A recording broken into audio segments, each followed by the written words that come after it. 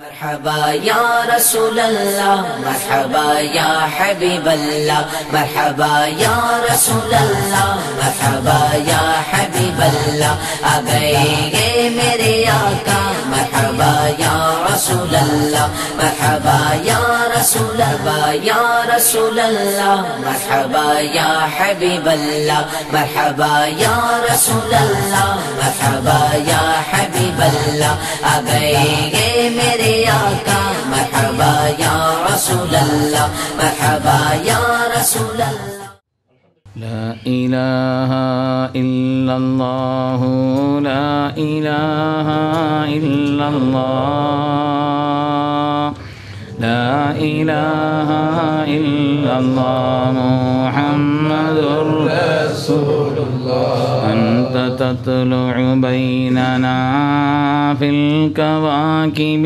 كالبدور بل وأشرف منه يا سيدي خير النبي لا إله إلا الله لا إله إلا الله لا إله إلا الله محمد رسول الله أنت أم أب ما رأينا فيهما مثل حسنك قط يا سيدي خير النبي لا إله إلا الله لا إله إلا الله لا إله إلا الله محمد رسول الله بسم الله الرحمن الرحيم الحمد لله العظيم القدرة والشان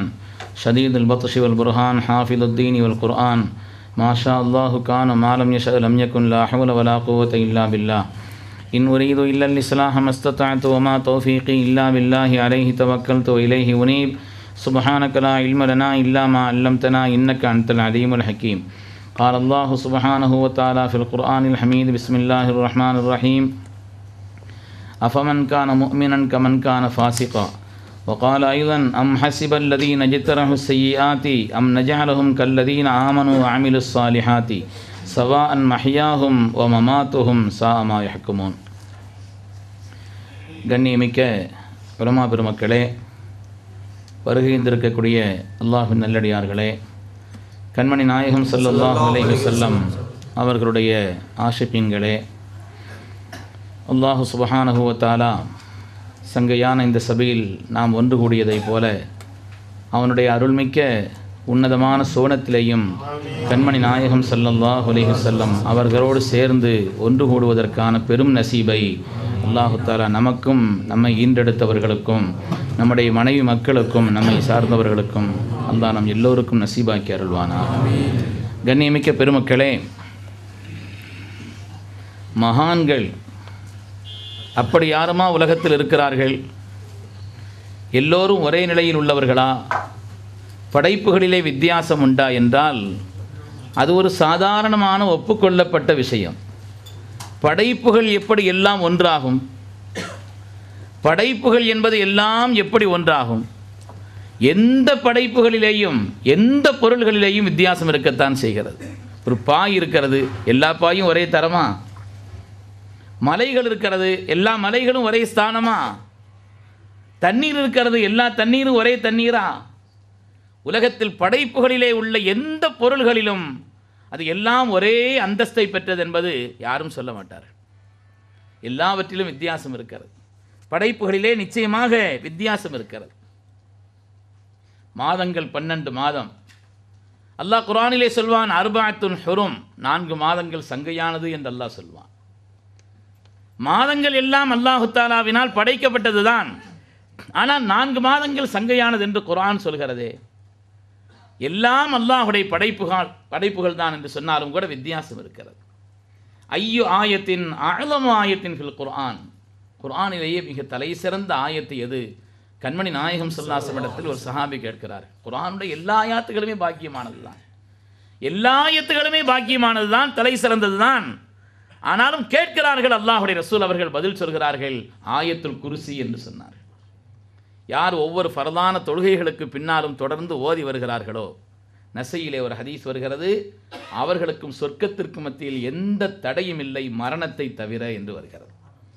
அதனால் நாம் 2 காரியத்தை செய்யணும். முதல்ல ஃபர்தான தொழுகைகளை நியமமாக தொழக்கூடியவர்களாக இருக்க வேண்டும். இரண்டாவது, தொழுது முடித்த பிறகு நியமமாக ஆயத்துல் குர்சியை ஓதக்கூடியவர்களாக இருக்க வேண்டும். அதனுடைய பலாபலன்களை ஹதரத் இமாம் நவவி ரஹ்மத்துல்லாஹி அலைஹி உட்பட பெருமக்கள் சொல்வார்கள். அல்லாஹு தஆலா மரண நேரத்தில் அந்த மனிதருக்கு கலிமா சொல்லக்கூடிய நசீபை தருகிறான் என்று வருகிறது. ஸல்லல்லாஹு அலைஹி வஸல்லம் சொல்கிறார்கள், நசையில் ஹதீஸ் வருகிறது, அவர்களுக்கும் சொர்க்கத்திற்கு மத்தியில் எந்த தடையும் இல்லை மரணத்தை தவிரன்னு சொன்னாங்க. நியமமாக ஓதி வரக்கூடியது. குர்ஆனுடைய ஆயாத்துகள் எல்லாமே பாக்கியமானது என்றாலும் கூட அதிலே தலை சிறந்த ஆயத்து என்று கேட்கப்படும் பொழுது ஆயத்துல் குர்சி என்று கண்மணி ரசூலுல்லாஹி ஸல்லல்லாஹு அலைஹி வஸல்லம் சொல்லவில்லையா? உலகத்து மஸ்ஜிதுகளிலெல்லாம் பாக்கியமானது மஸ்ஜிதுல் ஹராம். ஆனால் மஸ்ஜிதுல் ஹராமினுடைய எல்லா இடமும் ஒரே ஸ்தலத்து ஒரே அந்தஸ்துள்ளதா? மஸ்ஜிதுல் ஹராமினுடைய எல்லா இடங்கள் மாத்திரமல்ல, ஒரு மனிதர் கஅபாவுக்கு உள்ளே செல்கிறார், கஅபாவுக்கு உள்ளே உள்ள எல்லா இடமும் ஒரே அந்தஸ்தை பெற்றதல்ல.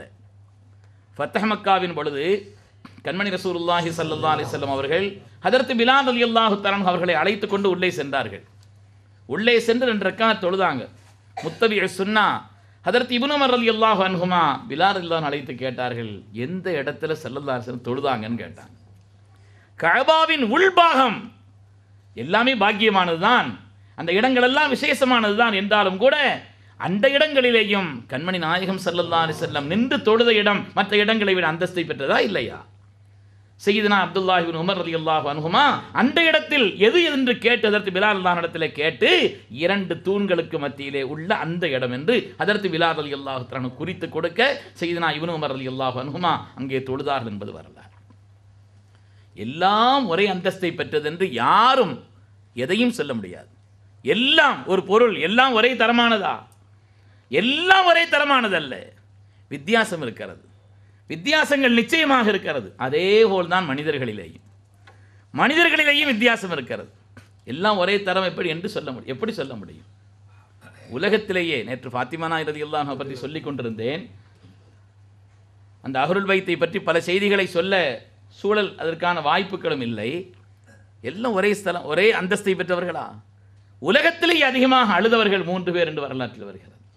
உலகத்திலேயே ரொம்ப அழுதவங்க அபுல் பஷர், மனிதகுலத்தின் தந்தை நம்முடைய பாபா ஆதம் அலைஹிஸ்ஸலாத்து வஸ்ஸலாம் அவர்கள். அதேபோல உலகத்தில் அதிகமாக அழுதவர்கள் சையதுனா யாக்கூப் நபி அலைஹிஸ்ஸலாம் அவர்கள். 40 வருட காலம் பிள்ளையை பிரிந்து அழுதார்கள். பிள்ளையினுடைய தேட்டம் மாத்திரமல்ல, பெருமக்கள் சொல்வார், பிள்ளையினுடைய தேட்டம் மாத்திரமல்ல, அந்த பிள்ளை சாலிகானவராக இருக்க வேண்டும் என்ற தேட்டம். நம்முடைய வளர்ப்பிலும் பராமரிப்பிலும் இருந்தால் அந்த பிள்ளை சாலிகாக ஆகிவிடுமே என்ற தேட்டம். பெருமக்களே, அதே போல அதற்கு அடுத்து உலகத்திலேயே அதிகமாக அழுதவர்கள் அன்னை ஃபாத்திமா ரலியல்லாஹு அன்ஹா அவர்கள். ஸல்லல்லாஹு அலைஹி வஸல்லம் அவர்கள் வச்சிருந்த அந்த நேசத்திற்கும் அன்பிற்கும் அளவில்லை. அல்லாஹ்வுடைய ரசூலின் மீது அன்னை ஃபாத்திமா ரலியல்லாஹு அன்ஹா வைத்திருந்த அன்பிற்கு ஒரு எல்கை இல்லை. பெருமக்களே, இவ்வளவுதான் என்று வரையறுத்து சொல்ல முடியாத அளவிற்குண்டான அன்பிற்கு சொந்தக்காரர்களாக அன்னை ஃபாத்திமா ரலியல்லாஹு அன்ஹா. 6 மாத காலம் தலையிலிருந்து அவர்கள் பார்க்கவில்லை, தலை நிமிரவில்லை, அழுத அழுகைதான். உலகத்திலேயே அதிகமாக அழுதவர்கள் என்ற 3 பேரிலே அன்னை ஃபாத்திமா ரலியல்லாஹு அன்ஹா பெருமக்கள் சொல்வார். ஸல்லல்லாஹு அலைஹி வஸல்லமுக்கு பின்னாலே இந்த உலகத்தில் அவருடைய நிலைப்பாடு எப்படி இருந்தது? சஹாபிகளை பார்த்து கேட்பார்களாம், உங்களுக்கு எப்படி மனது வந்தது? ஸல்லல்லாஹு அலைஹி வஸல்லமை உள்ளே வைத்து மேலே மண்ணை போட்டு விட்டீர்களேன்னு சொன்னாங்களாம். எப்படி மனசு வந்துச்சுன்னு கேட்டாங்க. சஹாபிகள் ஏற்கனவே அவர்கள் மனமுடைந்து போயிருந்த நிலையில் ஃபாத்திமா ரலியல்லாஹுடைய கேள்வி அவங்களால தாங்க முடியல. குலுங்கி தேம்பி அழுவார்கள் என்று வருகிறது. பெருமக்களே, கண்மணி நாயகம் ஸல்லல்லாஹு அலைஹி வஸல்லம் அவர்கள் தன் மீது அன்னை ஃபாத்திமா ரலியல்லாஹு அன்ஹா கொண்டிருக்கக்கூடிய அந்த நேசத்தை விளங்கினார்கள். உள்ளே வருகிறார்கள். அவங்களுடைய கடைசி நேரம். ஃபாத்திமா நாய் துடிச்சு போயிட்டாங்க. அல்லாஹ்வுடைய ரசூலை இது என்ன நிலைன்னு சொல்லி கேட்குறாங்க. மா கருபாதா அபீக்க பாதா ஹாதல் யோ, இன்றைய நாளைக்கு பின்னால் உன் தந்தைக்கு எந்த கஷ்டமும் இல்லைம்மான்னு சொன்னாங்க. இனிமேல் சுகம் உயர்வு அந்தஸ்து தான். இன்றைய நாளைக்கு பின்னால் எந்த கஷ்டம், அதை தாங்க முடியவில்லை.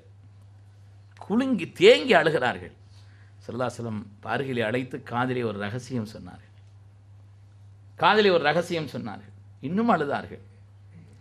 அதற்கு பிறகு இரண்டாவது அழைத்து இன்னொரு ரகசியம் சொன்னார்கள், சிரித்தார்கள். அன்னை ஆயிஷா ரலியல்லாஹு கேட்கிறார்கள், என்ன ரகசியம் சொன்னாங்க? அது பகிரங்கமாக சொல்கிறதா இருந்தால் தான் எல்லார்ட்டையும் சொல்லியிருப்பாங்களேன்னு சொன்னாங்க. அவங்க பகிரங்கமாக சொல்கிறதா இருந்தால் எல்லாத்திட்டையும் சொல்லியிருப்பாங்க. இன்னி லா உஹிப்பு அன் உஃப்ஷிய சிர்ர ரசூலில்லாஹி ஸல்லல்லாஹு அலைஹி வஸல்லம் எப்போ ரகசியம்னு என்கிட்ட சொல்லிட்டாங்களோ அதை நான் வெளிப்படுத்த விரும்பலைன்னு சொன்னாங்க. அதை வெளிப்படுத்த விரும்பவில்லைன்னு சொன்னாங்க. ஆனால் அவங்களுடைய வஃபாத்துக்கு பின்னால் அவங்க வெளிப்படுத்தினாங்க. என்ன மார்க்கத்திலே கித்தமான இல்மை மறைத்த குற்றம் வந்துவிடக்கூடாது என்பதற்காக பின்னால் வெளியிட்டார்கள். பெருமக்களே, எனக்கு அல்லாஹுவை சந்திக்கக்கூடிய அந்த நெருக்கம் நேரம் நெருங்கிவிட்டது என்பதை சொன்ன நேரத்தில் தான் அன்னை ஃபாத்திமா அழுதார்கள். பின்னால் அதற்கு ஆயிஷா நாயிடத்திலே அவர்கள் சொல்கிறார்கள், எனக்கு பின்னால் என் குடும்பத்தில் என்னை சந்திக்கும் முதல் நபர் நீதான் என்று சொன்னார்கள். அன்னை ஃபாத்திமா தான் ஆனந்தப்பட்டார்கள், சிரித்தார்கள். இன்றைக்கி யாரையாவது அப்படி மூத்தா போகிற ஒரு ஆள் சொன்னாருன்னு வைங்க, சிரிப்பாங்களா? யாராவது மூத்தா போகிற யாராவது ஒரு ஆள் என் குடும்பத்திலே அடுத்து நீதாப்பா என்னை வந்து பார்க்க போகிறேன்னா அந்த மனுஷன் போகிறது மட்டும் இல்லாமல் நம்மளையும் சேர்த்து கூட்டு போகிறாருன்னு இன்றைக்கி தானே செய்வோம். சல்லாசனோட முஹப்பத் சாதாரணமானதல்ல பெருமக்களே. அந்த கல்வும் உலகத்தின் மற்ற கல்வும் ஒன்றா? அந்த கல்வும் மற்ற கல்வும் ஒன்றா? தன்னுடைய வஃபாத்திற்கு முன்னால் கூட ஹதரத் ஃபாத்திமா ரலியல்லாஹு அன்ஹா அவர்கள் அன்னை உம்மு ஐமன் ரலியல்லாஹு அன்ஹா அவர்களை அழைக்கிறார்கள். 3 தலைமுறை கண்ட பாக்கியவதி அன்னை உம்மு ஐமன் ரலியல்லாஹு அன்ஹா. ஸல்லல்லாஹு அலைஹி வஸல்லம் சொன்னார்கள், உம்முன் பாத உம்மி, என் தாய்க்கு பின் என் தாயாக திகழ்ந்தவர்கள் என்று அவர்களை குறித்து பாராட்டினார். ஸல்லல்லாஹு அலைஹி வஸல்லமுக்கு ஒரு தாய் போல. அதற்கு அடுத்த நிலையிலே காலத்திலே ஸல்லல்லாஹு அலைஹி வஸல்லம் காலத்திலும் வாழ்ந்தவர்கள், அவங்களுடைய பிள்ளையினுடைய காலத்திலும் இருந்தவர்கள். 3 தலைமுறை கண்ட பாக்கியவதி அன்னை உம்மு ஐமன் ரலியல்லாஹு அன்ஹா அவர்களை அழைத்ததற்கு ஃபாத்திமா தான் சொன்னார்கள், இன்னி ராயித்துல் பாரிஹத்த முஹம்மதன் ஸல்லல்லாஹு அலைஹி வஸல்லம் அபி, என் தகப்பனாரை நான் கண்டேன், அவர்கள் என்னை அழைத்தார்கள், அதனால் என்னுடைய பயணம் நெருங்கி விட்டது, நீங்கள் செய்து நான் அலி ரலியல்லாஹு அன்ஹு அழைச்சிட்டு வாங்கன்னு சொன்னார். அலி ரலியல்லாஹு அன்ஹு அழைத்து வாருங்கள் என்று சொன்னார். அதற்கு அலி ரலியல்லாஹு தஆலா அழைத்து வரப்பட்ட நேரத்திலே அலி ரலியல்லாஹு தஆலா அவர்களை பக்கத்தில் வைத்த அன்னை ஃபாத்திமா ரலியல்லாஹு அன்ஹா பலவிதமான நசீஹத்துகளை செய்தார்.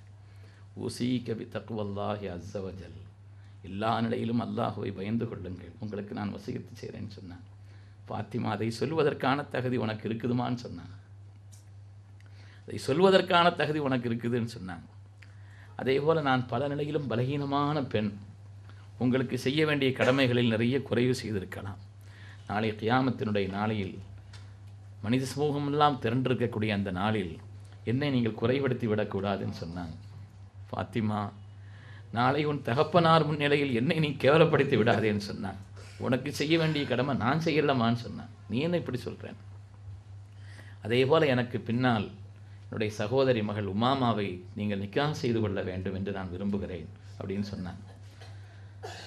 ஹதரத் அலி ரலியல்லாஹு அன்ஹு அந்த வசியத்தை நிறைவேற்றினார் என்பதை பார்க்கிறோம். அதே போல் என்ன நீங்கள் குளிப்பாட்டணும். இன்னும் ஒரு ஆள் குறிப்பிட்டு சொன்னாங்க, 2 பேர் மாத்திரம்தான் குளிப்பாட்டணும், சீக்கிரமாக அடைக்கிறணும். முதல் சந்தூக்கு கொண்டு ஜனாசாவை கொண்டு செல்லப்பட்ட முதல் நபர் அன்னை ஃபாத்திமா ரலியல்லாஹு அன்ஹா அவர்கள் தான். அவங்க தான் முதல்ல சந்தூக்கு மேலே அப்படி ஒரு உயரம் வைக்கப்பட்டு சந்தூக்கிலே முதலில் எடுத்து செல்லப்பட்டவர்கள் அன்னை ஃபாத்திமா ரலியல்லாஹு அன்ஹா என்பது வரலாற்றிலே வருகிறது. பெருமக்களே, ஏராளமான அவங்களுடைய நிகழ்வு, அவர்களால் நமக்கு கிடைத்த சன்மானம் கொஞ்சம் நஞ்சமல்ல. அவர்களுடைய கல்பும் அதேபோல் மனிதர்களிலே ஏற்றத்தாழ்வு இல்லாமல் எப்படி இருக்கிறது, அந்தஸ்து இல்லாமல் எப்படி இருக்கும்? மனிதர்களிலே புனிதர்கள் இருக்கிறார்கள், மேன்மக்கள் இருக்கிறார்கள், நன்மக்கள் இருக்கிறார்கள், இன்றும் சாலிஹீன்கள் வாழ்ந்து கொண்டிருக்கிறார்கள். ஃபார்சியில் ஷேர் ஷீர் என்று 2 வார்த்தைகளை சொல்வார்.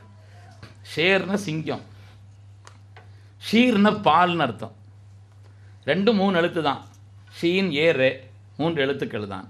தோற்றத்திலும் எழுதினால் ஒரே மாதிரி தான் இருக்கும், ஆனால் 2ம் ஒரே அர்த்தம் கொண்டதா? ஒன்று நம்மை அடிக்கக்கூடியது, இன்னொன்று நாம் அருந்தக்கூடியது. தோற்றத்தில் 2 ஒன்றாக இருந்தாலும் அதனுடைய அர்த்தத்தில் ஒன்றல்ல, வித்தியாசம் இருக்கிறது. நாமும் சாலிஹீன்களும் தோற்றத்தில் ஒன்றாக இருந்தாலும் கூட அந்தஸ்தில் ஒன்றாது. அது எப்படி சொல்ல முடியும்? பெருமக்களை, எப்படி அதை நாம் சொல்ல முடியும்? சாதா மான்களும் கஸ்தூரி மான்களும் ஒரே புல்லைத்தான் சாப்பிடுகிறது. ஆனால் கஸ்தூரி மான்கள் அதை சாப்பிட்டதற்கு பின்னாலே கஸ்தூரியை தருகிறது. மற்றவைகளெல்லாம் உலகத்தில் புல்லைத்தான் அந்த மான்கள் சாப்பிட்டாலும் கூட அது கழிவுகளை தருகிறது. ஒன்றைத்தான் சாப்பிடுகிறது என்று சொன்னாலும் கூட விளைவுகள் இரண்டும் ஒன்றாகவா வெளிப்படுகிறது பெருமக்களே? அதனாலே உலகத்திலே வித்தியாசம் இருக்க. நம்முடைய தொழுகையும் சாலிஹீன்களுடைய தொழுகையும் ஒன்றா? முனாஃபிகீன்களுடைய தொழுகையும் நம் தொழுகையும் ஒன்றா? அவர்களும் தொழுகிறார்கள், அவர்களும் நோன்பு வைக்கிறார்கள். முனாஃபிகீன்களுடைய தொழுகையும் மோமின்களுடைய தொழுகையும் ஒன்றா? எப்படி ஒன்றாக முடியும்? அதனாலே மனிதர்களிலும் ஏற்றத்தாழ்வு இருக்கிறது. உயர்ந்தவர்கள், அந்தஸ்து மிக்கவர்கள், சாதாரணமானவர்கள், கீழ்நிலையிலே உள்ளவர்கள் என்று இருக்கிறார்கள். நிச்சயமாக இருக்கிறார்கள் என்பது ரொம்ப சாதாரணமான விஷயம்.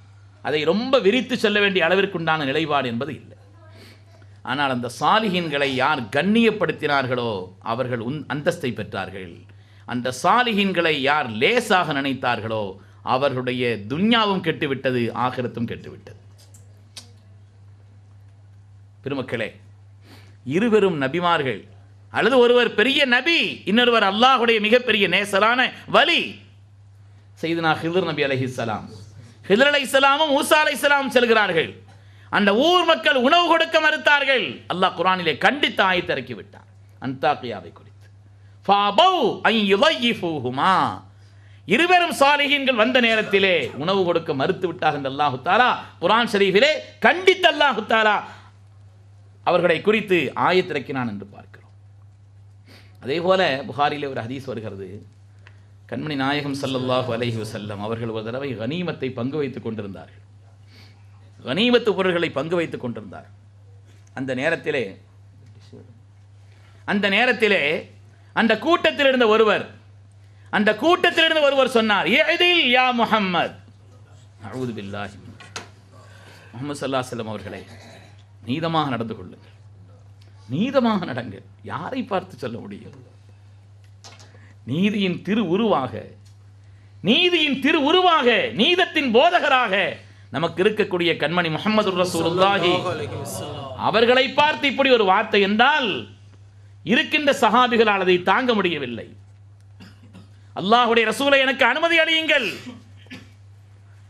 நான் அவரை கதை முடித்து விடுகிறேன் என்று சொன்னார்கள். அதற்கு உமர் பின் கத்தாப் ரலியல்லாஹு அன்ஹு அவர்கள் கேட்கிறார்கள். அல்லாஹ்வுடைய ரசூல் திரும்ப கேட்டார்கள், மையதில் இல்ல மாதில், நான் நீதமா இல்லைன்னா உலகத்தில் யார்ப்பா நீதமா இருக்க போறாங்கன்னு கேட்டான். என்னிடத்திலேயே நீதம் இல்லை என்று சொன்னால் உலகத்தில் யார் நீதமாக இருக்க போகிறார்கள்? ஸல்லல்லாஹு மனது வேதனைப்பட்டது.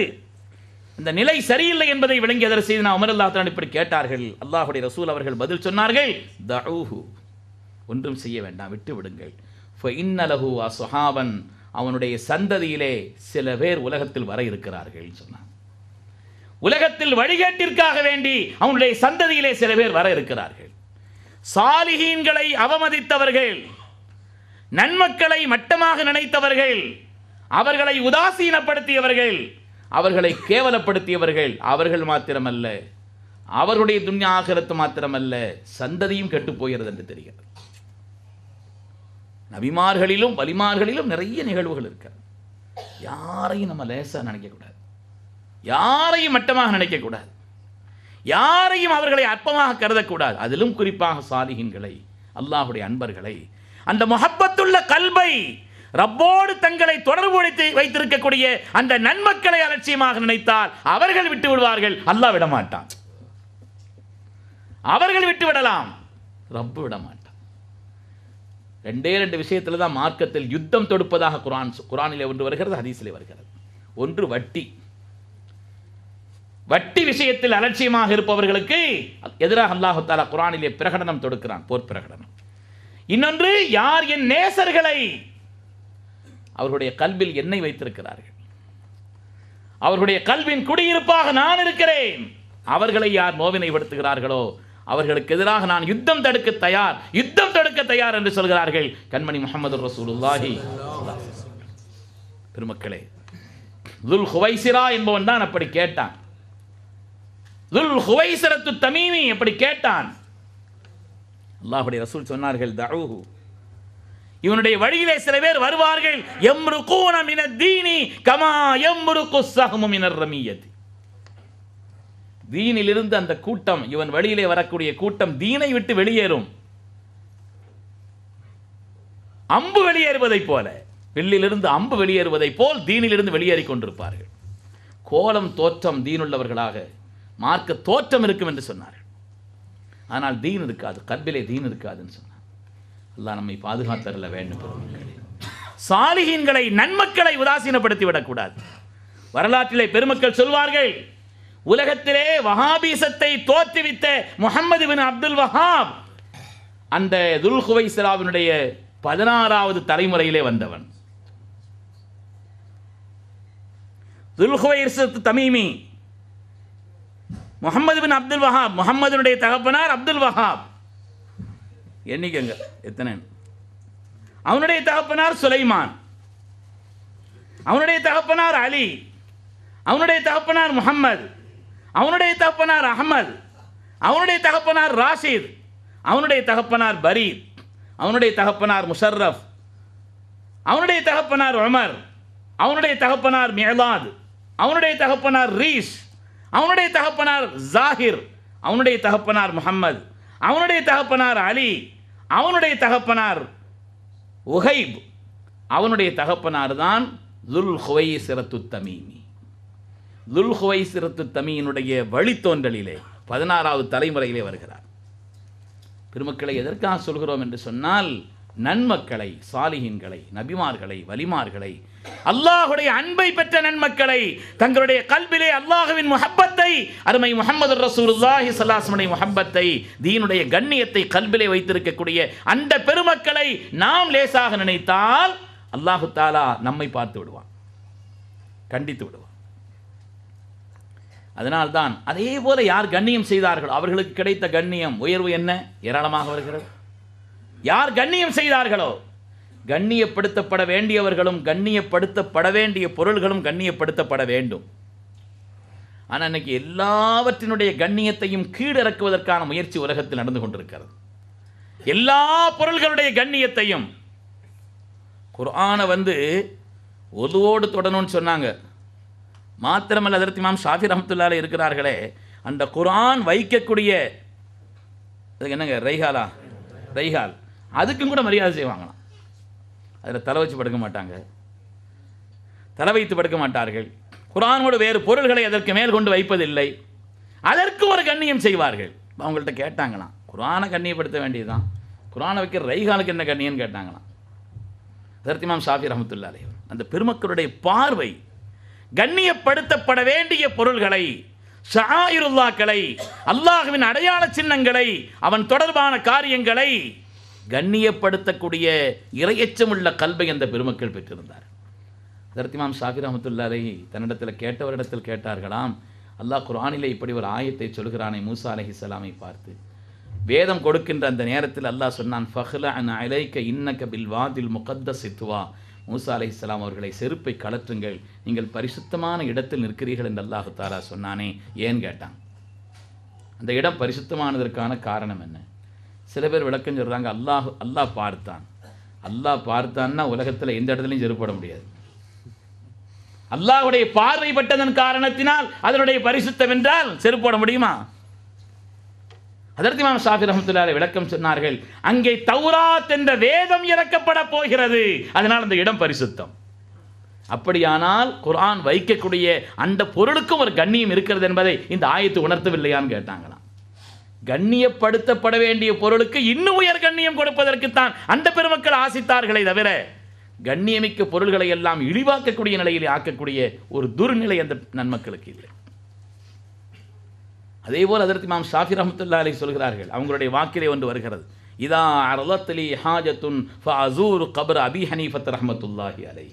எனக்கு ஏதாவது தேவைகள் ஏற்பட்டால், எனக்கு ஏதாவது தேவைகள் ஏற்பட்ட நிலை இருந்தால் ஹஜ்ரத் இமாமுல் ஆலம் அபூ ஹனீஃபா ரஹ்மத்துல்லாஹி அலைஹி அவங்களுடைய கபரை ஜியாரத் செய்வதற்கு நான் செல்வேன்னு சொன்னாங்க.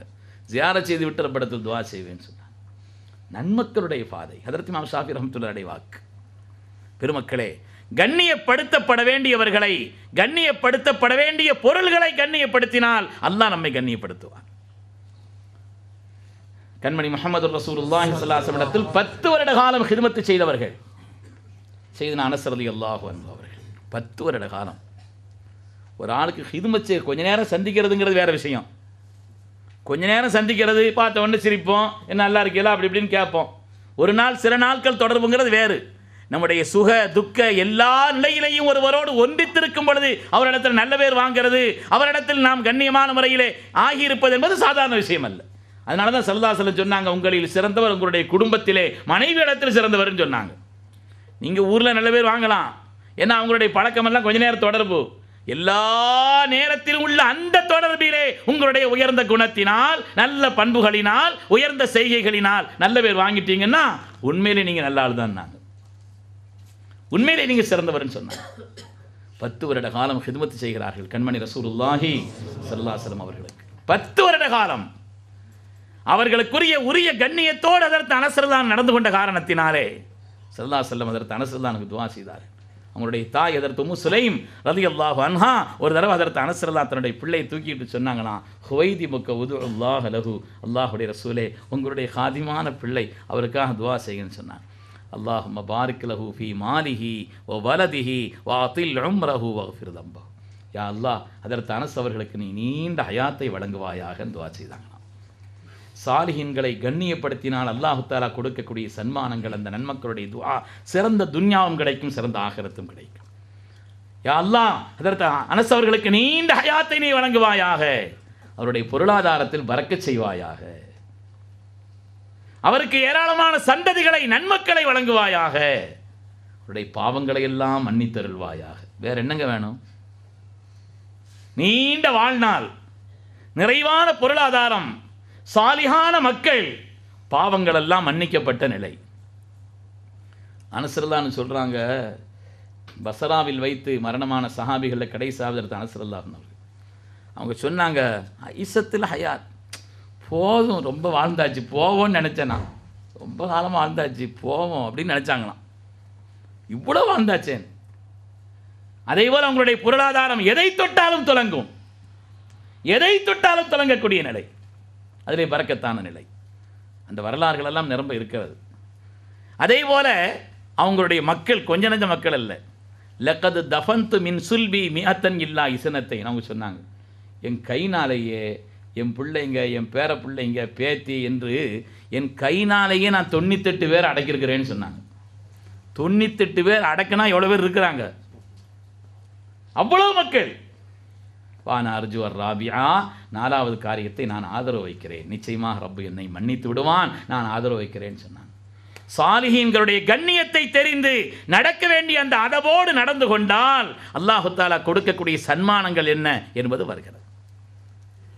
பெருமக்களே, சையதுனா மூசா நபி அலைஹிஸ்ஸலாம் அவர்களிடத்தில் கண்ணியமாக அதபோடு நடந்து கொண்டார்கள். சூன்யக்காரர்கள் அல்லாஹு தஆலா அவர்களுக்கு ஈமானுடைய பாக்கியத்தை கொடுத்தான். மூசா அலைஹிஸ்ஸலாம் இடத்தில் கண்ணியத்தோடு நடந்து கொண்ட காரணத்தினாலே அல்லாஹு தஆலா ஈமானுடைய பாக்கியத்தை கொடுத்தான். எனவே அல்லாஹுடைய நேசர்களான ரப்பை கல்விலே வைத்திருக்கக்கூடிய நன்மக்களை, அவர்கள் கோலம் சாதாரணமாக இருக்கலாம். ருப்ப அஷஅஸ அக்பர மதுஃபூஇன் பில் அப்வாப் லவ் அக்ஸம அலல்லாஹி லஅபர்ரா. எத்தனையோ தலைவிரி கோலமானவர்கள், பார்ப்பதற்கு பங்கரையானவர்கள், உங்களுடைய வீடுகளின் வாசலிலே வந்து யாசகம் கூட கேட்பார்கள். ஆனால் லவ் அக்ஸம அலல்லாஹி லஅபர்ரா, அல்லாஹ்விடத்தில் இப்படி நடக்க வேண்டும் என்று அவர்கள் சொன்னால் அல்லாஹ் கட்டுப்படுவான். சொல்லின் வலிமை, உலகத்தில் அப்படி வாக்கின் வலிமை எத்தனை வலிமார்களிடத்தில் நடந்தது என்பதை தமிழகத்தினுடைய எத்தனையோ ஊர் மக்கள் இன்றும் கூட அங்கீகாரமாக சொல்லிக் கொண்டிருக்கக்கூடிய எவ்வளவோ சரித்திரங்கள் இருக்கிறது. அவருடைய ஒரு வாக்கு மரியாதை செய்த காரணத்தினால், கண்ணியம் செய்த காரணத்தினால், கல்விலே நிகழ்ந்து விட்ட காரணத்தினால் அவர்கள் செய்த துஆ நன்வாக்கினுடைய விளைவாக அதனுடைய பலாபலனை சந்ததி சந்ததி பெற்றுக் கொண்டிருக்கக்கூடிய பயன்பாடுகளை தமிழகத்தினுடைய எத்தனையோ ஊர்களிலே வாழக்கூடிய வலிமார்கள் அவருடைய சரித்திரங்களில் நாம் படிக்கலாம். அருமையான பெருமக்களே, எனவே மனிதர்களிலே அப்படிப்பட்ட மேன்மக்கள், நன்மக்கள், சாலிஹீன்கள் இருக்கிறார். அவர்களை ஜியாரத் செய்வது, அங்கே நின்று நாம் வசீலா தேடுவது, இது போலுள்ள காரியங்களை எல்லாம் ஷிர்க் என்பதை போல பேசிக்கொண்டிருக்கக்கூடிய ஒரு நிலை, பேசிக்கொண்டிருக்கக்கூடிய நிலை. நான் கூட அசல சொல்லிக்கிட்டு இருந்தேன், எனக்கு ஷிர்க்குன்னு ஒரு தலைப்பு கொடுக்கணும்னு சொன்னேன். அப்படின்னா என்னன்னு விளங்கணும், ஷிர்க்குன்னா என்ன, ஈமான் என்னன்னு விளங்கணும். ஷிர்க்குனா என்னங்க? இஸ்பாத்துல் உலூஹிய்யத்தி, அல்லாஹு தாலாவினுடைய இலாகாக ஆண்டவனாக ஆகியிருப்பதற்கு தகுதியானவர் என்று ஒருவரை சொல்வது, அல்லது இபாதத்திற்கு தகுதி உள்ளவர் என்று சொல்வது தான் ஷிர்க். அல்லாஹு தாலா கொடுத்த ஆற்றலை கொண்டு மற்ற சாதாரணமான மனிதர்கள் செய்ய முடியாத காரியங்களை அல்லாஹ் கொடுத்த ஆற்றலை கொண்டு நன்மக்கள் செய்கிறார்கள் என்று நம்பினால் அது ஷிர்க்குன்னு எங்க இருக்குது? அல்லாஹ் வழங்கிய ஆற்றலை கொண்டு. நாமெல்லாம் ஈமான் உள்ளவர்கள் அல்லவா? ஏன்னா நமக்கு அடிப்படையான ஒரு நம்பிக்கை, உலகத்தில் எந்த பொருளுக்கும் அசல் வலிமை சக்திங்கிறது ஒண்ணுமே கிடையாது. வலா ஹவ்ல வலா குவத்த இல்லா பில்லா. அல்லாஹ் கொடுக்கும் சக்தி. நன்மக்களான அந்த சாலிஹீன்கள் ரெண்டு விஷயத்தை நாம நம்புறோம். ஒன்று, அவர்கள் அல்லாஹ்வுடைய அடியார்கள். இன்னொன்று, அல்லாஹ் கொடுத்த ஆற்றலிலிருந்து அந்த நன்மக்கள் என்ன செய்கிறாங்க? நல்ல காரியத்தை செய்கிறாங்க என்று நம்பும் பொழுது அதில் என்ன வேலை இருக்குது? இப்போ அல்லாஹ் கொடுக்கிறான் என்று சொல்கிறோமே, அல்லாஹ் கொடுத்தான்னு சொல்லிட வேண்டியதானே? ஏன் அவங்கள ஏன் சொல்றீங்க? காரண பொருளை சொல்லலாம் என்றும் குர்ஆனில் இருக்கிறது. குர்ஆன் ஷரீஃபில் அல்லாஹ் தஆலா ஒரு இடத்துல சொல்றான், அல்லாஹு யதவஃபல் அன்ஃபுஸ, உங்களுடைய உயிர்களை எல்லாம் அல்லாஹ் தான் உங்களை மரணமாக்குகிறான் அப்படின்னு சொல்றான். இன்னொரு இடத்துல சொல்றான், குல் யதவஃபாக்கும் மலக்குல் மௌத்தில் லதி யுக்கில பிக்கும், உங்களுக்கு என்று சாட்டப்பட்ட மலக்குல் மௌத் மௌத்தாக்குறார். யார் மௌத்தாக்குறா? அல்லாஹ்வா மலக்குல் மௌத்தா? அல்லாஹ்வே குர்ஆன்ல ஒரு இடத்துல அல்லாஹ் மௌத்தாக்குறாங்கிறான், இன்னொரு இடத்துல அல்லாஹ்வே சொல்கிறான் உங்களை மலக்குல் மௌத் மௌத்தாக்குறாருங்கிறான். யார் மௌத்தாக்குறது? யாரு? காரண பொருளை அசல் சக்திக்குரியவனாக ரப்பு சுப்ஹானஹு வ தஆலா இருக்கிறான். அதற்கு காரணமான பொருளை சுட்டிக்காட்டி சொல்வது என்பது மார்க்கத்தில் தவறல்ல என்பதை பெருமக்கள் இந்த ஆயத்தை வைத்து நமக்கு விளக்கம் சொல்வார். கண்ணியமிக்கவர்களே, உலகத்தில் நாம யாரை வணங்கல்ல, நாம் யாரையும் இபாதத் செய்யவும் மாட்டோம், இபாதத் செய்யவும் இல்லை. கண்ணியப்படுத்துவோம், அவங்களுக்குரிய உயர்ந்த அந்தஸ்தை நாம் விளங்குவோம், ஆனால் யாரையும் நாம் வணங்க மாட்டோம். சாதாரணமான ஈமான் உள்ளவரிடத்தில் கேட்டாலும் சொல்வார், நாம் உலகத்தில் யாரையாவது வணங்குவது என்று இருக்குமானால் மனித புனிதர் கண்மணி முஹம்மது ரசூலுல்லாஹி ஸல்லல்லாஹு அலைஹி வஸல்லம் நம்ம வணங்கியிருப்போம். அவங்களையே நாம் வணங்கலையே. யார் வணங்குறோமா? ஸல்லல்லாஹு அலைஹி வஸல்லம் வணங்குறோமா? நாம் வணங்கவில்லை என்று சொல்லும் பொழுது மற்றவர்களை எப்படி நாம் வணங்குவோம்? வணக்கம் என்பது அது அல்ல. மரியாதை செய்வதும் கண்ணியம் அளிப்பதும் அவர்களை மேன்மைப்படுத்துவதும் அதற்கு பெயர் இபாதத் என்று சொல்வதல்ல. இபாதத் செய்யல, நாம யாரையும் கண்ணியப்படுத்துகிறோம். உலகத்தில் யாரையாவது நாம் இபாதத் செய்வதாக இருந்தால் கண்மணி முஹம்மது ரசூலுல்லாஹி ஸல்லல்லாஹு அலைஹி வஸல்லம் செய்தார். ஒரு வரலாற்றை ஞாபகப்படுத்துகிறேன். குர்ஆன் ஷரீஃபிலே வருகிறது, இப்ராஹிம் அலைஹிஸ்ஸலாமுக்கு எதிராக உலகத்தில் செயல்பட்டவன் நம்ரூத். ரெண்டு பேருக்கு மத்தியில் ஒரு வாக்குவாதம் நடக்கிறது. குர்ஆன் சொல்கிறது, அலம் தர இலல்லதி ஹாஜ்ஜ இப்ராஹீம ஃபீ ரப்பிஹி அன் ஆதாஹுல்லாஹுல் முல்க். இப்ராஹிம் அலைஹிஸ்ஸலாம் அந்த நம்ரூதுக்கு மத்தியில் ஒரு தர்க்கம் நடக்குது. நான் தான் ஆண்டவங்கிறான் நம்ரூத், நான் தான் ஆண்டவன் என்று சொல்கிறான், நான் தான் ரப்புங்கிறான். இப்ராஹிம் அலைஹிஸ்ஸலாம் அவர்கள் சொல்கிறார்கள், ரப்பி அல்லதி யுஹ்யி வ யுமீத், என்னுடைய ரப் அல்லாஹ் இருக்கிறானே, வந்து ஹயாத்தாக்குறான் மௌத்தாக்குறான், அந்த ஆற்றல் அவனுக்கு தான் இருக்குது. இவன் சொன்னால் நானும் ஹயாத்தாக்குவேன் மௌத்தாக்குவேன்னா, அப்படியா அந்த ஆற்றல் உனக்கும் இருக்குதான்னு கேட்டாங்க. ரெண்டு பேரை கூப்பிட்டான், ஒரு ஆளை மௌத்தாக்கிட்டான், இன்னொரு ஆளை போன்னு சொல்லிட்டான். பார்த்தீங்களா, நான் ஒரு தினம் ஹயாத்தாக்கிட்டேன் மௌத்தாக்கிட்டேன். கூறுகட்டவனுக்கு ஹயாத்து மௌத்துன்னா என்னன்னு தெரியலையே, ஒரு ஆளை ஹயாத்தாக்குறது மௌத்தாக்குறதுன்னா என்னன்னு இவனுக்கு விளங்கலையேன்னு நினச்சி அதற்கு இப்ராஹிம் அலைஹிஸ்ஸலாம் சொன்னாங்க, அப்படியா ஃபைன் அல்லாஹ் ஏத்தி பி ஷம்ஸி மினல் மஷ்ரிகி ஃபஅத்தி பிஹா மினல் மக்ரிப். என்னுடைய ரப்பு சுப்ஹானஹு வ தஆலா கிழக்கிலிருந்து உதிக்க செய்கிறான். நீ ரப்பாக இருந்தால் உன்னுடைய சுய ஆற்றலை கொண்டு உலகத்தின் காரியங்களை செய்ய முடியும் என்று சொன்னால் ஃபஅத்தி பிஹா மினல் மக்ரிப், மேற்கிலிருந்து நீ உதிக்க செய்யினாங்க. ஓ ஆற்றலை கொண்டு தான் நடக்குதுங்கிற. ஃபஅத்தி பிஹா மினல் மக்ரிப், மேற்கிலிருந்து சூரியனை உதிக்க செய். ஃபபுஹிதல்லதி கஃபர், திடுக்கிட்டு விட்டான். அந்த நேரத்திலே அவன் தடுமாறி விட்டான். ஒன்றும் சரி செய்ய முடியல அவனால். நம்ம இந்த இடத்துல ஒரு நிறுத்துகிற ஒரு கேள்வி கேட்குறோம். ஒரு வேளை நம்ரூது மேற்கிலிருந்து சூரியனை உதிக்க செய்திருந்தான் வைங்க, என்ன அர்த்தம்? அவன் தான் ரப்புன்னு அர்த்தம். இப்ராஹிம் அலைஹிஸ்ஸலாம் வாதப்படி அப்படித்தானே, மேற்கிலிருந்து சூரியனை நம்ரூத் என்பவன் உதிக்க செய்திருந்தால் இப்ராஹிம் அலைஹிஸ்ஸலாமுடைய வாதத்தின்படி அவன் தான் ரப்பு. ஏன்னா அப்படித்தானே சொன்னாங்க, நீ ரப்புன்னு சொன்னா மேற்கிலிருந்து சூரியனை உதிக்க செய்ன்னு சொன்னாங்க. அவனால் இயலல்ல. ஆனால் அப்படி மேற்கிலிருந்து சூரியனை உதிக்க செய்தவர்கள் கண்மணி முஹம்மது ரசூலுல்லாஹி ஸல்லல்லாஹு அலைஹி வஸல்லம். ஹதீஸிலே வருகிறது, ஒரு தடவை ஹஜ்ரத் அலி ரலியல்லாஹு அவர்களை ஒரு வேலை சொன்னாங்க ஸல்லல்லாஹு அலைஹி வஸல்லம். அந்த வேலையில் ஈடுபட்டிருந்த ஹஜ்ரத் அலி ரலியல்லாஹு தஆலா அவர்கள் ஸல்லல்லாஹு வேலை சொன்னா அதை செய்யறதா எல்லா பெரிய இபாதத்து, அதை செய்துகிட்டு இருந்தாங்க. வேலை செய்து கொண்டிருந்தார்கள். அசருடைய நேரம் தவறிடுச்சு. கூப்பிட்டு கேட்டாங்க, அசர் தொழுதுகிறான்? இல்லை நாயகமே, நீங்கள் சொன்ன வேலையில் இருந்தேன், அதனால் அசர் முடிஞ்சிருச்சுன்னா. கண்மணி நாயகம் ஸல்லல்லாஹு அலைஹி வஸல்லம் சொன்னார்கள், இன்னஹு யா ரப்பி இன்னஹு கான ஃபீ தாஅத்திக வ தாஅத்தி ரசூலிக ஃபர்துத் அலைஹி ஷம்ஸ்.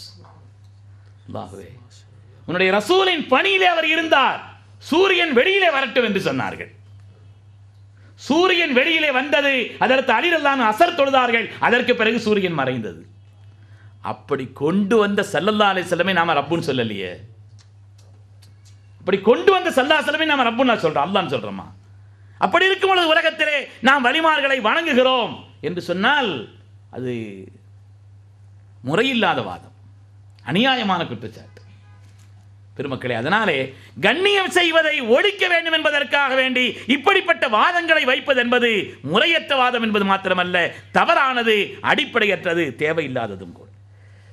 அதனாலே நாம் சாலிஹீன்களுக்கு உரிய கண்ணியத்தை, அவருடைய கண்ணியத்தை புரிந்து உரிய கண்ணியத்தை நாம் அவர்களுக்கு செய்ய வேண்டும். இந்தியாவிலே அலிகர் யூனிவர்சிட்டியிலே பணி செய்தவர் மிஸ்டர் ஆர்னால்டு, அமெரிக்காவினுடைய மிக நல்ல அறிவாளி. இந்தியாவினுடைய அலிகர் யூனிவர்சிட்டியில் ஒரு ப்ரொஃபஸராக இருந்தார். ப்ரொஃபஸராக இருந்த நேரத்தில் இந்தியாவை பற்றி உண்டான நிலைகளை எல்லாம் சுற்றி பார்த்து விட்டு அது சம்பந்தமாக ஒரு நூல் எழுதினார்.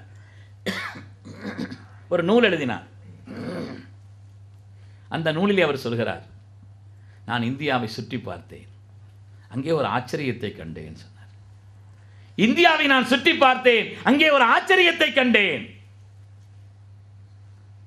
இந்தியாவை ஆண்ட மாமன்னர்கள், முகல் மன்னர்களுடைய அடக்க ஸ்தலங்களை எல்லாம் போய் பார்த்தேன். அந்த அடக்க ஸ்தலங்கள் எல்லாம் தூசி வடிந்து பறவைகளின் எச்சத்தால் நிறைந்து நாற்றம் பிடித்த நிலையிலே அந்த முகல் சாம்ராஜ்யத்தினுடைய மன்னர்களின் சமாதி இருக்கிறது. அவங்களுடைய கபர்கள் அப்படி இருக்குது. ஆனால் வாழுகின்ற நேரத்திலே தன்னை ஃபகீர் என்று சொல்லி வாழ்ந்தார் ஒரு பெருமகனார். தன்னை ஃபகீர் என்று சொன்னார். அஜ்மீரிலே அவர்கள் அடக்கப்பட்டிருக்கிறார்கள். அங்கே சென்று நான் பார்த்தேன். வாழும் பொழுது தான் ஒரு ஃபகீர் என்று சொன்ன அந்த பெருமகனாரை இன்றும் மக்கள் சொல்கிறார்கள் சுல்தானுல் ஹிந்த், இந்தியாவின் மன்னர் என்று சொல்லிக் கொண்டிருக்கிறார். சுல்தானுல் ஹிந்த் என்று மக்கள் சொல்லிக் கொண்டிருக்கிறார். மக்களுடைய மனதில் ஆழமான இடம் பிடித்த நிலையிலே மக்களுடைய மன்னராக போற்றப்படக்கூடிய ஒரு மிகப்பெரிய அரசராக இன்றும் கருதப்படக்கூடிய அந்த நிகழ்வை நான் கண்டேன் என்று சொன்னார். வாழும் அரசர்களாக இருக்கிறார். பெருமக்களே, தங்களுடைய கல்விலே அல்லாஹுவை வைத்த காரணத்தினாலே, அதன் காரணத்தினால் அவர்கள் பெற்ற மகத்தான சன்மானம், இன்னல்லர்த யரிசுஹா இபாதியஸ் ஸாலிஹூன். இந்த பூமி இருக்கிறதே, அசலில் இதனுடைய ஆட்சி என்பது சாலிஹான என் அடியார்களிடத்தில் இருக்கிறது என்று அல்லாஹ் சொல்கிறார். அசல் இதனுடைய ஆட்சி. அதனால தானங்க உமர் ரலியல்லாஹு அன்ஹு நைலுக்கு உத்தரவிட்டாங்க. நைல் நதிக்கு உத்தரவிட்டதற்கான காரணம் என்ன? சாலிஹீன்களுடைய ஆட்சி. அவர்கள் நினைத்தார்கள் என்று சொன்னால் உத்தரவிடக்கூடிய ஆற்றல் அவர்களுக்கு உண்டு. வெளிப்படையான அதிகாரத்தையும் தாண்டி அதிகாரத்தை பெற்றிருக்கக்கூடிய அந்த நன்மக்கள் சாலிஹீன்கள் இந்த பூமி ஆட்சி செய்கிற அந்த அல்லாஹ் குர்ஆனிலே சொல்கிறான். முன் வேதங்களில் அப்படி சொல்லப்பட்டிருக்கிறது என்பதை அல்லாஹ் தஆலா குர்ஆனிலே ஞாபகப்படுத்தி மீண்டும் சொல்கிறான். இந்த வருஷம் ரமதானில் கூட நான் ஒவ்வொரு ரமதான்லையும் கடைசி 10 மட்டும் ஒரு தலைப்பு எடுத்து பேசுவேன். குர்ஆனிலே உள்ள வலிமார்கள் என்று இந்த வருஷத்தினுடைய தலைப்பில் கூட அந்த கேசட் கொடுத்து விட சொல்லியிருக்கிறேன். கிடைச்சிச்சுன்னா இன்ஷா அல்லாஹ் உங்களுக்கு தர்றேன். குர்ஆன் ஷரீஃபிலே உள்ள வலிமார்கள், குர்ஆனிலே அல்லாஹ் தஆலா எந்தெந்த வலிமார்களை சொல்கிறான். சையதுனா ஹிதர் நபி அலைஹிஸ்ஸலாத்து வஸ்ஸலாம் வலிமார்களில் ஹஜ்ரத் ஸுல்கர்னைன் அலைஹிஸ்ஸலாமை, சாஹிபு யாசீன், சூரா யாசீன்ல அல்லாஹ் ஒரே ஒரு வலியை பற்றி சொல்லி காண்பிக்கிறான். இன்ஷா அல்லாஹ் உங்க கையில் கிடைச்சுன்னா நீங்க கேட்டு பாருங்க. குர்ஆனிலே சொல்லப்பட்ட வலிமார்கள், அல்லாஹ் தஆலா தனித்தன்மை வாய்ந்தவர்களாக அந்த நன்மக்களை சொல்லி இருக்கும் பொழுது, அவர்களுக்குரிய கண்ணியத்தை சொல்லி இருக்கும் பொழுது அல்லாஹ் குர்ஆனிலேயே சொல்லவில்லையா? ஒதுக்குரு ஃபில் கிதாபி இப்ராஹீம், நபிமார்களை நினைவு கூறுங்கள். ஒதுக்குரு ஃபில் கிதாபி ஈசா ஒதுக்குரு ஃபில் கிதாப் ஒதுக்குரு ஃபில் கிதாப் என்று நபிமார்களுடைய பெயரை சொல்கிறான். அதே போல ஒதுக்குரு ஃபில் கிதாபி மரியம், மரியம் அலைஹிஸ்ஸலாமை பற்றி மக்களுக்கு எடுத்து சொல்லுங்கள். மரியம் அலைஹிஸ்ஸலாம் நபி அல்ல, அவர்கள் ஒரு அல்லாஹுடைய விலாயத்தை பெற்ற பெண்மணி. நபிமார்களை பற்றி நீங்கள் நினைவு கூறுவதைப் போல வலிமார்களை, சாலிஹீன்களை, அருளாளர்களை மக்களிடத்தில் நீங்கள் நினைவுபடுத்துங்கள் என்று அல்லாஹ் குர்ஆனிலே சொல்லவில்லையா? பெருமக்களே, இந்த உலகத்தில் என்றென்றும் வாழக்கூடிய பெருமக்களாக, என்றென்றும் உலகத்தில் வாழக்கூடிய நன்மக்களாக அவர்கள் இருக்கிறார் என்பதிலே சந்தேகமே இல்லை. ஒரு தடவை ஹரமிலே ஹஜ்ருல் அஸ்வதை முத்தமிடுவதற்காக வேண்டி மர்வான் அவர்கள் வருகிறார்கள். மன்னர், ஆட்சியாளர் மக்களை எல்லாம் ஒதுங்க சொல்லி பொறுப்பாளர்கள் தள்ளி தள்ளி தள்ளி இக்கட்டான நிலையிலே நெருக்கடியான கொண்டு போய் ஹஜ்ருல் அஸ்வதை முத்தமிட வைக்கிறார். அவர் முத்தமிட்டு ஒதுங்குகிறார். அடுத்து ஒருவருக்காக வேண்டி மக்களே விலகி கொடுக்கிறார்கள். மக்கள் எல்லாம் விலகி நிற்கிறார்கள். யாரும் நெருக்கவில்லை, எல்லோரும் விலகி நிற்கிறார்கள். யார் என்று பார்த்தால் கண்மணி முஹம்மது ரசூலுல்லாஹி ஸல்லல்லாஹு அலைஹி வஸல்லம் திருப்பேரரசர் இமாம் ஸைனுல் ஆபிதீன் அவர்கள் ஹஜ்ருல் அஸ்வதை முத்தமிட வருகிறார்கள் என்ற செய்தி கேள்விப்பட்டவுடனே மக்கள் விலகி கொண்டார்கள். யார் மன்னர்? யார் ஆட்சியாளர்? மக்களுடைய கல்பிலே நிறைந்த அரசர்கள் யார்? பெருமக்களே, இந்த உலகத்தில் அல்லாஹு தஆலா அந்த நன்மக்களுடைய சாலிஹீன்களுடைய இந்திய திருநாட்டிற்கே வரவில்லை. கௌசுல் ஆலம் ஹஜ்ரத் முஹியுத்தீன் அப்துல் காதிர் ஜீலானி இந்தியாவிற்கு வந்ததா சரித்திரம் இல்லை. கிட்டத்தட்ட 3000த்திற்கும் மேற்பட்ட மஸ்ஜிதுகள் முஹியுத்தீன் மஸ்ஜித் என்ற பெயரால் இருக்கிறது.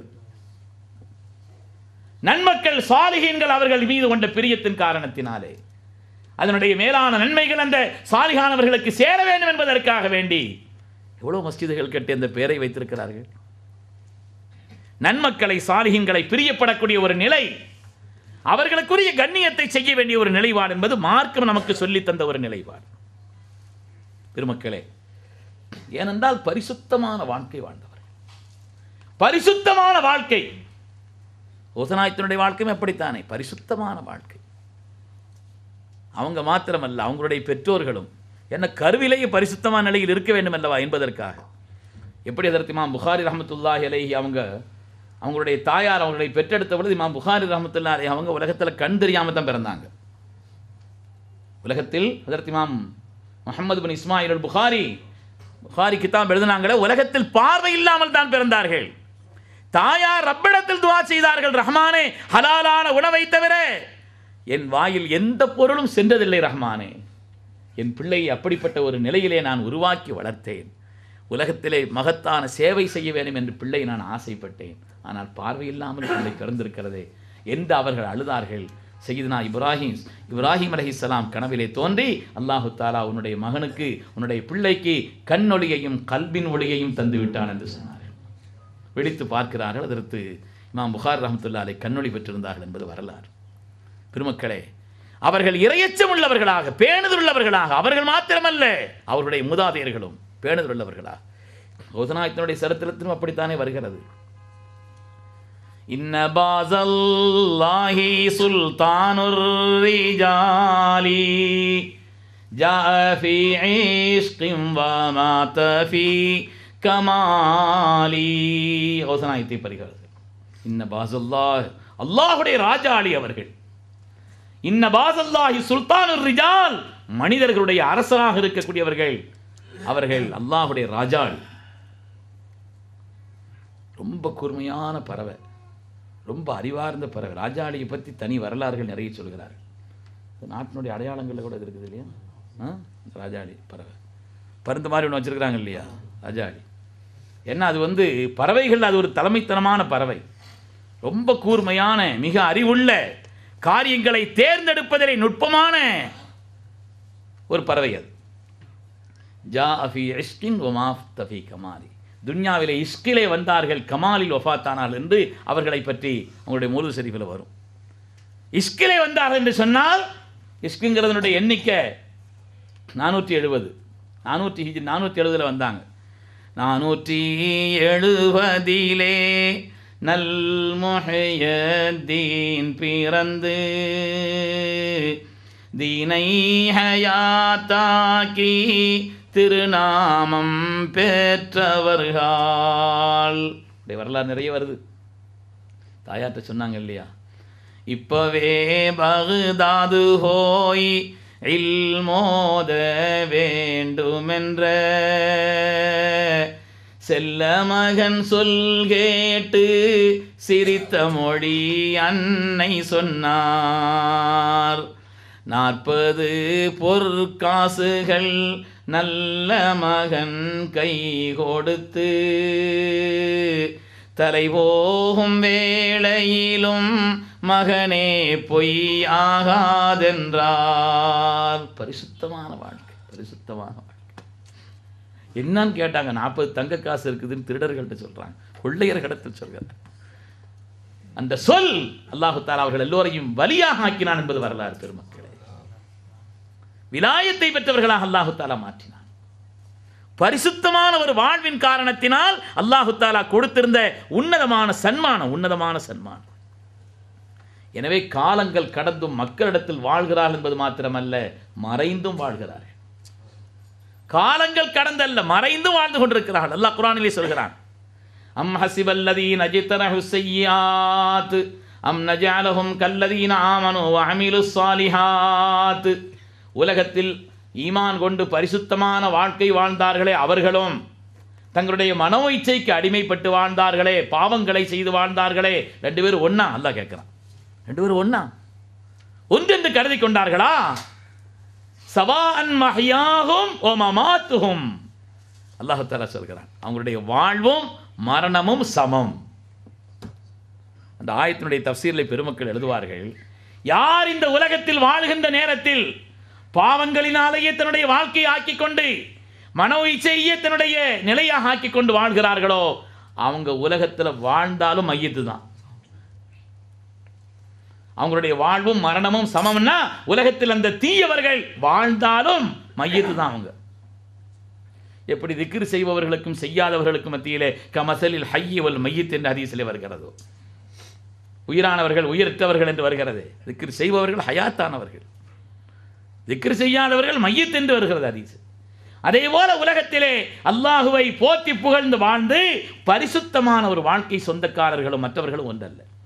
அந்த ஆயத்தில் இப்படி ஒரு விளக்கத்தை சொல்கிறார்கள், யார் உலகத்தில் அப்படி நன்மக்களாக வாழ்ந்தார்களோ அவங்களுடைய வாழ்வும் மரணமும் சமம் என்றால் அவங்க மரணித்ததற்கு பின்னாலும் வாழ்ந்து கொண்டிருக்கிறார்கள் என்ற அர்த்தம். அவங்களுடைய வாழ்வும் மரணமும் சமம்தான். நிறைய நிகழ்வுகள் சொல்லலாம். ஒரே ஒரு ஹதீஸிலே வந்த ஒரு செய்தி நான் ஞாபகப்படுத்துகிறேன். குர்ஆன் ஷரீஃபில் அல்லாஹு தஆலா ஒரு ஆயத்திலே சொன்னான், யா அய்யுஹல்லதீன ஆமனூ லா தர்ஃபஉ அஸ்வாத்தகும் ஃபௌக ஸௌத்தின் நபி. முஃமினீன்களே, கண்மணி நாயகம் ஸல்லல்லாஹு அலைஹி வஸல்லம் சத்தத்தை விட உங்கள் சத்தத்தை உயர்த்தி பேசி விடாதீர்கள். அவங்க முன்னால் வந்து உள்ள அதபுகள், பேண வேண்டிய அதபுகள் இருக்கிறதே, சத்தத்தை உயர்த்தி பேசுகிறார்கள். பேசினால் என்ன ஆகும்? ஒரு பாவம் செய்தால் அதுக்கு ஒரு குற்றம் தான் உண்டு. பாவம் செய்தால் நல்ல அமல்கள் அழியாது. ஆனால் ஸல்லல்லாஹு அலைஹி வஸல்லமுக்கு முன்னால் நீங்கள் சத்தம் போட்டு பேசுனீங்கன்னா தஹ்பத் அமாலுக்கும் அன்தும் லா தஷ்உரூன், நீங்களே அறியாமல் உங்களுடைய அமல்களெல்லாம் அழிந்துவிடும் என்று அல்லாஹ் தஆலா சொன்னான். அவங்களுக்கு முன்னால் அந்த அதபில்லாமல் நடந்து கொண்டால் உங்களுடைய அமல்கள் கூட அழிந்துவிடும். இந்த ஆயத்து இறங்கின உடனே வீட்டில் உட்கார்ந்து அழுக ஆரம்பிச்சிட்டாங்க.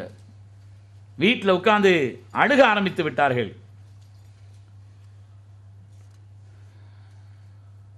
கைஸ் இப்னு ஷம்மாஸ் ரலியல்லாஹு அன்ஹு அவர்கள் வீட்டிலே உட்கார்ந்து அவர்கள் அழுது கொண்டிருக்கிறார்கள்.